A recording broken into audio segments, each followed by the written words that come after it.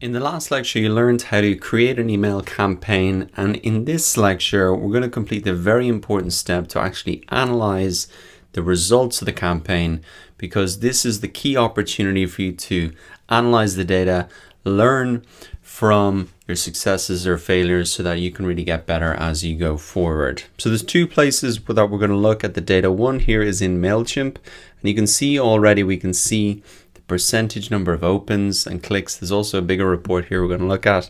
And then also in Google Analytics, if you come down to acquisition, campaigns, all campaigns, you can now see the information for the email campaign that we sent out. And remember that this is coming through because we have added Google Analytics to our MailChimp account. So that was why it was important to do that. So we can really see the number of people that came to the website from that email campaign, and also the number of people then who eventually signed up. But let's go back and start with MailChimp. So at a high level here in the campaign, we can see the percentage opens and clicks, but we can click through to the report to see a lot more detail. Now, if you have a professional or pro MailChimp account, you can set up kind of revenue goals, etc., and really see revenue driven, but I haven't done that, so we'll just be looking really at the information here. So you can get a sense of how good your open rate is by using these benchmarks here. So it says the industry average for education and training, which is the market I'm in, is a 13.8% open rate. So I'm well above that. Obviously, I've got a much smaller list, but I think that's not too bad. So I think the key thing that gets people to open emails is the subject line. So at least now I have a benchmark going forward that I can get a sense of, are my subject lines getting better? Are more people opening them? Or are people starting to trust me more and like me more? Or is that something I need to work on? Now we've got the click rate then. So that was actually the call to action, 5.6% versus 1.5% for an industry average. So that's probably a little lower than I would have liked. And so that's what I can really think about now. How can I make it more exciting for them to actually click on that button? Can I make it something, like they have to click now if they want to take advantage of whatever the offer might be? But thinking about how can I get more people to click, because that's ultimately what I want people to do.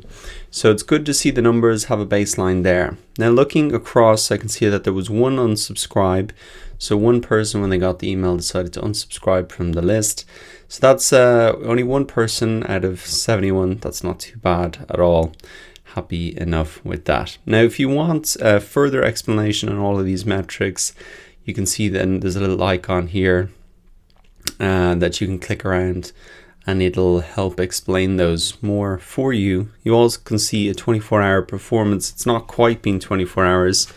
It's been about 12 hours since I sent out the email. So I would expect these numbers to bump up a little bit over the next few days, because not everybody opens the email on the minute it goes out. They can come back to it later. But interesting to see that about an hour after I sent the email, there was a spike. So maybe next time I will push my email campaigns to be in 1 hour later, and perhaps then that is a better time where I would get more opens. So there's some great information here in this report alone that can help you improve your next email campaign, for the subject lines, getting people to click that call to action, the time that you send it out, etc.